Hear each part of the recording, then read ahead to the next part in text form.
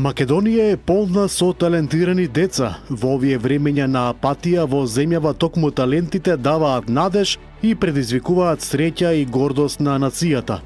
Гордоста вчера ни ја подигнаа учениците информатичари кои на јуниорската Балканска олимпијада по информатика во Ларнака, Кипар, освоја еден сребрен и еден бронзен медал.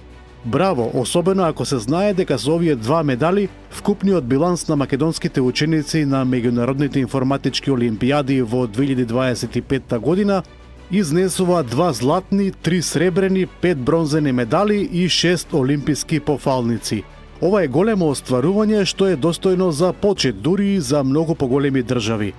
Вакви златни млади таленти Македонија има и во други области на науката и спортот. Но дали државата доволно ги стимулира и поддржува за да напредуваат? Сите држави се во општа трка во откривање и надградување на талентираните деца. Надарените водат кон подобра иднина. Македонија исто така треба да трча. Во спротивно талентите со тек на времето ќе ни станат просечни или пак другите држави кои сериозно трчаат ќе ни ги земат. Кандидатите за градоначалници се растрчани уште овие неколку часови пред да заврши кампањата вечерва на полноќ. Партиите брзаат, ловат нови гласови, ветуваат, но и преговараат со оние кандидати кои отпаднаа во првиот круг. Што на ова поле направи СДСМ? Венко Филипче во неделата најави дека најкасно до среда ќе објави со кого и каде ќе коалицира неговата партија во вториот круг на локалните избори. Сепак денес на пресконференција изјави дека нема да прави коалиција со никоја друга партија за взаемна поддршка во вториот изборен круг, туку остава на членството и симпатизерите на СДСМ сами да одлучат за кого ќе го дадат својот глас, ама нагласи и дека очекува да продолжи падот на поддршката на ВМРО-ДПМН. Сепак, спротивно на ова синоќа на кафе муабет за Карпош се дружеа Сотир Лукровски од ВМРО-ДПМН и Маја Мојсова, кандидатката на СДСМ која испадна по првиот круг. Во паника од партијата на Филипче поитаа да дадат соопштение дека ќе побараат објаснување од нивната кандидатка за оваа средба. Дали е на повидок непослушност кај дел од социјалдемократите кон инструкциите на Филипче? Се отвора и друго прашање. Дали СДСМ и Филипче увидува дека немаат контрола врз разочараните со партијци, па затоа и не тргнаа во отворени коалицирања. Оти по гласањето ќе се види дека не можат да испорачаат тоа што ќе договорат. Владата најавува нова работна офанзива по локалните избори. Зафатеноста со кампањата не пречела да се подготват нови крупни проекти. Премиерот Христијан Мицкоски укажа дека во изминатите месеци се поставени темелите и почнува фазата на резултати, што на граѓаните ќе им донесат подобар живот. Во тој правец Мицкоски синоќа на завршниот митинг во Скопје најави дека во наредниот период ќе почне реализацијата на повеќе од 70 крупни нови проекти во сите општини и во повеќе области низ Македонија. Ке има и нови училишта, модерни болници, но и конкретни мерки за чист воздух и дигитална администрација. Тој најави дека ќе преземат серија конкретни мерки што ќе го подобрат животот на луѓето, ќе ја зацврстат економијата и ќе донесат подобро во секој дом. Вечерва на полнок завршува изборната кампања за вториот круг од локалните избори. В недела за градоначалници ќе се гласа во 32 општини и во градот Скопје. Од поголемите места во Македонија најинтересна изборна борба ќе биде во Кичево, каде што во повеќе од 51.000 гласачи ќе одлучуваат помеѓу Александар Јовановски од ВМРО-ДПМН и Фатмир Дехари од НАИ. Зголемен интерес побудува и гласањето во Струга, каде што ќе се соочат Арсим Далјипи од НАИ и независниот Менди Ќура, за кого вреди даде поддршка за вториот круг. Во Тетово пак ќе се гласа помеѓу Бајрам Реджепи од НАИ и Билјал Касами од Вреди. Инако од позначајните македонски центри ќе се гласа и во Куманово, Кочани, Македонска Каменица, Валандово, Виница, Дебар и Неготино. Гостивар како голем центар пак допрва ќе чека да има прв изборен круг, оти на претходниот гостиварци не излегоа во законски минималниот број.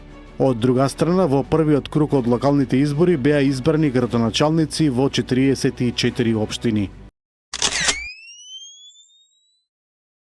Царинската управа на граничниот премин Табановце на излез од Македонија заплени 130 килограми марихуана која на црниот пазар би чинила над 700.000 евра. Еден српски државјанин, сопственик и возач на превозна компанија регистрирана во Љубљана, е лишено од слобода и против него е поднесена кривична пријава. Како што информира од царината, возачот се обидел да ја прокриумчари марихуаната, давајќи лажна изјава и возилото го пријавил како празно и рекол дека нема ништо за цариниње. При прегледот се пронајдени 131 пакување со 130 килограми марихуана. Илјадници луѓе ќе се соберат утре во Нови Сад за да ја одбележат првата годишнина од уривањето на настрешницата на железничката станица, при што загинаа 16 луѓе. Реки од луѓе, предводени од студентите кои цела година протестираат од повеќе српски градови, неколку дена пешки маршираат кон Нови Сад за да стигнат на собирот. Демонстрантите бараат одговорност од власта и распишување предвремени избори. За вечерва е предвидено обраќање на претседателот Александар Вучиќ кон нацијата. По трагичниот настан во Ново место од минатиот викенд во кој животот го загуби 48 годишен маж откако го претепаа лица од ромска националност, словенечките власти ги засилија безбедносните мерки во таа област. Покрај голем број полицајци распоредени на терен, Советот за национална безбедност речи да ја активира и војската. Ова е прв пат по 2015 година словенечката армија да излезе на улиците. Тогаш одлука беше донесена за справување со мигрантите. Популарноста на францускиот претседател Емануел Макрон според анкета на весникот Фигаро падна на историски најниско ниво. Само 11% од граѓаните го поддржуваат. Тамошните аналитичари очекуваат дека до крајот на годината рейтингот на Макрон ќе биде едноцифрен. Овој пат доаѓа во време на продолбочување на политичката криза во Франција, а јавноста бара оставка од него. Според агенцијата Verian Group, Макрон е најнепопуларен француски претседател откако започнало следењето на јавното мислење на почетокот на 70-тите години. Британскиот крал Чарлс III на својот помлад брат принцот Ендру му ги одзеде сите титули и почесни одликувања и му наложи иселување од резиденцијата.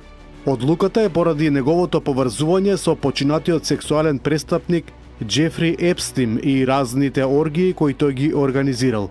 Ендру ги отфрли сите обвинувања, но на почетокот на месецов најави дека повеќе нема да ја користи титулата војвода од Јорк. Ураганот Мелиса одзеде најмалку 19 животи на карипскиот остров Јамајка, со пријавени 30 смртни случаи во Хаити и еден во Доминиканската република, вкупниот број на жртви се искачи на 50. Мелиса по привременото ослабување повторно се засилува и се движи кон Бермуди. Бура ветрови и обилни дождови го погодија Њујорк, при што закинаа 2 лица, изјави градоначалникот Ерик Адамс. Невремето предизвика и поплави и големи штети, а авионскиот сообраќај од 3 аеродроми се одвивал со потешкотии. Националната метеоролошка служба издаде предупредувања за крајбрежни поплави за делови од Бронкс, Бруклин и Квинс. Администрацијата на американскиот претседател Трамп планира да го намали бројот на војници во Бугарија, Унгарија и Словачка следниот месец. Ова го објавува Киев Пост, дообјаснувајќи дека претходно веќе имало повлекување на дел од американската војска од Романија. Како што е соопштено, повеќе извори потврдиле дека зад затворени врати американските представници им сигнализираа на сојузниците дека намалувањата во Романија се само почеток и дека понатамошни намалувања во Бугарија, Унгарија и Словачка може да се очекуваат веќе кон средината на декември. Двајца западни представници запознаени со дискусиите истакнале дека Пентагон го разгледува повлекувањето делумно, затоа што европските копнени сили сега се сметаат за поподготвени отколку во последните години.